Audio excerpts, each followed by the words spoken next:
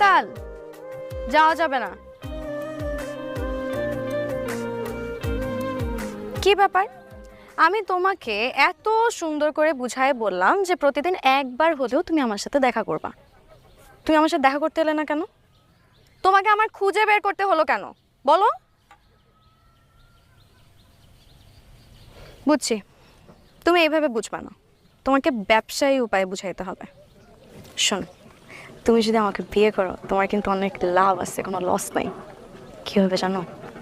তুমি যদি আমাকে বিয়ে করো তাহলে আমার মতন সহজ সরল সুন্দরী একটা বউ পাবে। আর তারপর তোমার আরো লাভ আছে, তুমি যদি আমাকে বিয়ে করো বিয়ের পর তো তোমার কিচ্ছু করতে হবে না, আমি টাকা ইনকাম করে তোমাকে খাওয়াবো। তুমি খালি পায়ের উপর পা রেখে আয়েশ করবে। তারপর দেখো আমাদের এরকম ফুটফুটে